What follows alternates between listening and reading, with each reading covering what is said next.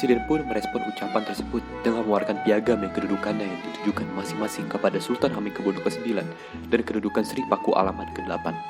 Isi piagam kedudukan tersebut belum menyinggung soal pemberian status istimewa kepada daerah Yogyakarta. Setelah itu, muncullah amanat 30 Oktober 1945 yang mengindikasikannya terbentuknya Daerah Istimewa Yogyakarta. Amanat tersebut menegaskan bahwa Sri Sultan Hamengkubuwono ke-9 dan Sri Paku Alaman ke-8 ada selaku Kepala Daerah Istimewa Negara Republik Indonesia. Sejak saat itu pula, Kesultanan Yogyakarta dan Kadipaten Paku Alaman menjadi satu institusi, yakni Daerah Istimewa Yogyakarta. Keistimewaan Daerah Istimewa Yogyakarta diberikan sebagai wujud penghargaan negara atas besarnya peran Daerah Istimewa Yogyakarta dalam sejarah pendirian Negara Kesatuan Republik Indonesia, serta untuk menghormati hak asal-usul daerah sebagaimana diamanatkan oleh Pasal 18B Undang-Undang Dasar Negara Republik Indonesia.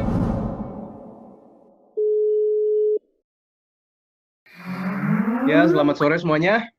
Pertanyaan pertama, kita mulai dari Aldi. Peraturan perundang-undangan yang mana yang mengatur mengenai pemberian keistimewaan kepada Daerah Istimewa Yogyakarta? Dalam Pasal 18 Undang-Undang Dasar 1945, dibentuk Undang-Undang Nomor 22 Tahun 1948 tentang penetapan aturan-aturan pokok mengenai pemerintahan. Di daerah-daerah yang berhak mengatur rumah tangganya sendiri, dalam Pasal 1 Ayat 2 Undang-Undang tersebut, dinyatakan bahwa daerah-daerah yang mempunyai hak asal-usul dan di zaman sebelum Republik Indonesia mempunyai pemerintahan sendiri yang bersifat istimewa dengan undang-undang pembentukan, dapat ditetapkan sebagai daerah istimewa yang setingkat dengan provinsi, kabupaten, atau desa yang berhak mengatur dan mengurus rumah tangganya sendiri. Mengenai daerah istimewa Yogyakarta ini, diakui dalam Undang-Undang Nomor 13 Tahun 2012 tentang keistimewaan daerah Yogyakarta.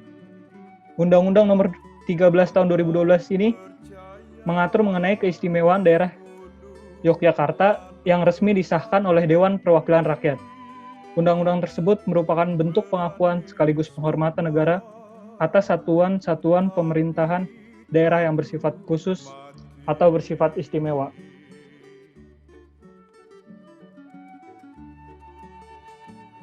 Saat ini di Indonesia yang menjadi dasar hukum mengenai keistimewaan Daerah Istimewa Yogyakarta terdapat dalam Undang-Undang Nomor 13 tahun 2012. Pengaturan mengenai kewenangan istimewa tersebut terdapat dalam Pasal 6 dan Pasal 7 Undang-Undang tersebut. Dalam Pasal 6 menyebutkan bahwa kewenangan istimewa daerah Yogyakarta berada di provinsi. Kemudian dalam Pasal 7 menyatakan bahwa kewenangan DIY sebagai daerah otonom mencakup kewenangan dalam urusan pemerintahan DIY, sebagaimana dimaksud dalam Undang-Undang tentang Pemerintahan Daerah dan urusan keistimewaan yang ditetapkan dalam Undang-Undang.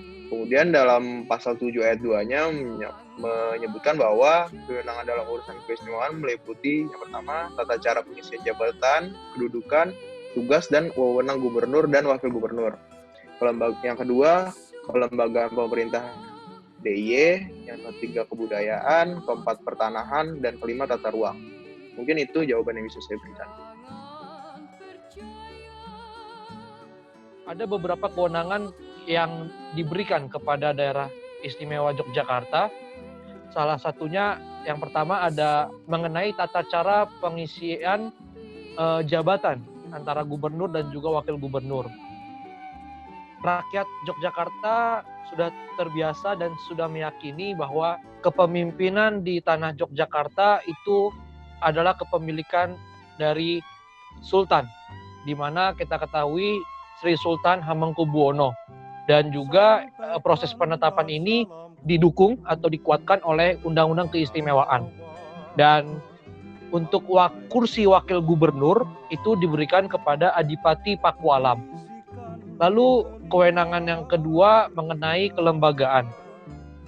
Kelembagaan ini ditetapkan berdasarkan Peraturan Daerah Istimewa Pasal 30 ayat 2 Undang-Undang Keistimewaan. Hal ini dilakukan guna mewujudkan efektivitas dan efisiensi tata kelola pemerintahan berdasarkan prinsip responsibilitas, akuntabilitas, transparansi, dan juga partisipatif. Selain itu juga tentang kebudayaan. Kebudayaan yaitu untuk memelihara dan mengembangkan hasil cipta, rasa, karsa, karya yang berupa nilai-nilai, pengetahuan, norma-norma, adat istiadat, benda, seni, tradisi leluhur dalam masyarakat daerah istimewa Yogyakarta. Dan itu diatur dalam Perdais. Yang kemudian itu di bagian kewenangan penyelenggaraan pertanahan. Jadi kesultanan dan kadipaten itu berwenang mengelola dan memanfaatkan tanah sebesar-besarnya untuk pengembangan kebudayaan, kepentingan sosial, dan kesejahteraan masyarakat. Kewenangan kesultanan dan kadipaten dalam tata ruang terbatas pada pengelolaan dan pemanfaatan tanah yang selanjutnya diatur dalam Perdais. Kemudian dalam hal penerapan hukumnya, kesan dualisme penerapan hukum di daerah istimewa Yogyakarta itu sudah berlangsung lama. Undang-Undang Nomor 5 Tahun 1960 tentang Pokok Agraria telah mengatur secara detail mengenai ketentuan hukum agraria secara nasional. Namun demikian, daerah istimewa Yogyakarta memberlakukan sebagai kewenangan sesuai dengan hukum adat mengenai tanah. Bahwasannya, tanah yang dimiliki oleh daerah istimewa Yogyakarta adalah merupakan tanah sultan dan tanah pakualaman. Dengan demikian, tidaklah diberlakukan hukum agraria secara nasional.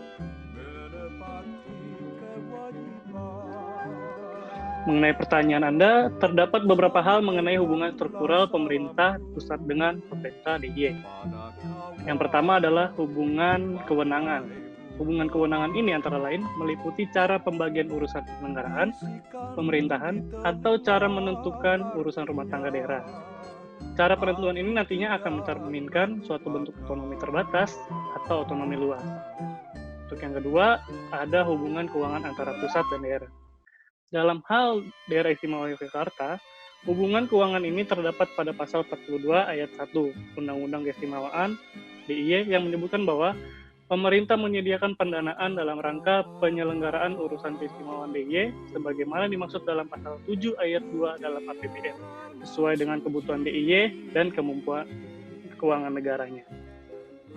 Mengenai tata cara pengisian jabatan gubernur, ditambahkan fungsi di Biro Pemerintahan, dan tentang kelembagaan ditambah fungsi di Biro Organisasi.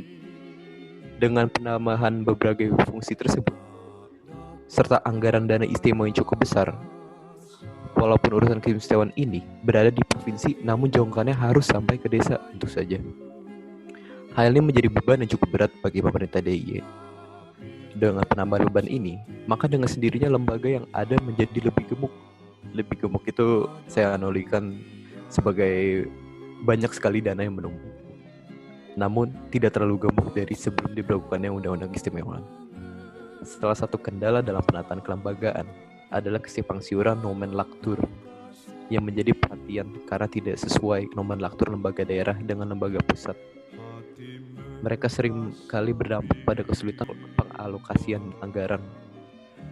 Demikian juga variasi besaran lembaga daerah telah menyebabkan tidak efektifnya kinerja instansi pemerintah daerah. Semangat untuk membatasi jumlah kelembagaan daerah juga didasarkan pada alasan-alasan rasionalitas. Sebagaimana diketahui, struktur organisasi pemerintah daerah yang ada saat ini cenderung sangat gemuk, sehingga mengisi sebagian besar alokasi APBD untuk belanja aparatur. Akibatnya, agenda-agenda yang secara langsung berkaitan dengan kepentingan publik justru tidak bisa dilaksanakan.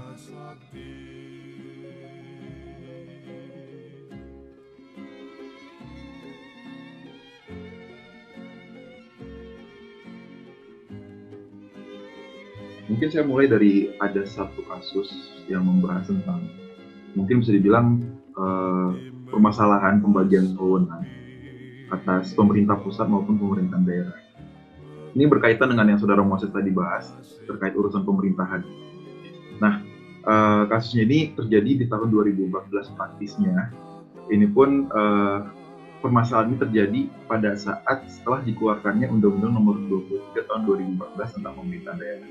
Nah, permasalahan yang terjadi di daerah istimewa Yogyakarta yaitu terkait sarana dan prasarana dan juga infrastruktur yang dalam hal ini adalah pengelolaan limbah atau yang di sana bisa disebut juga dengan pengelolaan air limbah atau IPAL Sewon.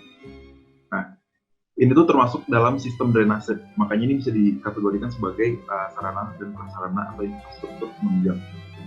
Nah, yang menjadi masalah di sini adalah menurut pemerintahan DIY, mereka mengalami kebingungan dan kesulitan untuk menentukan kewenangan siapa yang berhak untuk istilahnya memelihara dan juga mengelola dari IPAL Sewon ini, karena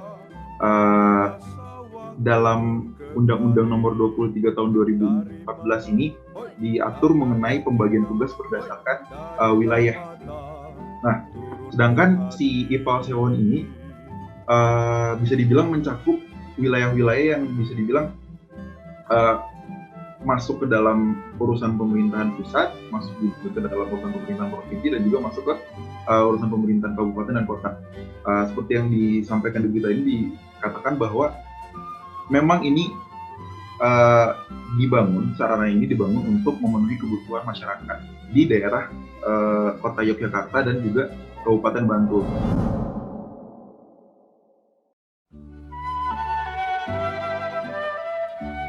Menanggapi permasalahan pengelolaan sistem drainase di provinsi, dalam penyelesaiannya, pemerintah daerah istimewa Yogyakarta dalam pembagian wewenangnya dilakukan raperda rencana pembangunan dan pengembangan perumahan dan kawasan pemukiman di daerah istimewa Yogyakarta untuk keperluan pemetaan dan bisa menemukan titik terang terkait pemetaan wilayah dan pembagian tugas dan wewenangnya. Apabila kita melihat kasus di atas, hal yang menjadi permasalahan ialah pemeliharaan dan pengelolaan sistem drainase dan pengelolaan limbah yang tentunya masuk di dalam pemeliharaan lingkungan hidup, sehingga hal tersebut didasari dengan pasal 12 ayat 2 poin C. Maka dapat kita simpulkan bahwa pengelolaan dan pemeliharaan sistem drainase dan pengelolaan limbah IPAL Sewon merupakan kewajiban tugas dan wewenang dari pemerintah daerah provinsi daerah istimewa Yogyakarta. Sehingga dalam kesimpulannya, penyelenggaraan urusan keistimewaan daerah istimewa Yogyakarta yang berdasarkan Undang-Undang Nomor 13 Tahun 2012 pada prinsipnya merupakan penerapan desentralisasi asimetris yang telah diamanatkan pasal 18 ayat 5 Undang-Undang Negara Republik Indonesia tahun 1945. Sehingga Yogyakarta dengan segala isi yang terkandung di dalamnya, penuh akan norma-norma, diharapkan dapat menyelaraskan segala hal yang terjadi atas nama pembangunan dan keadilan.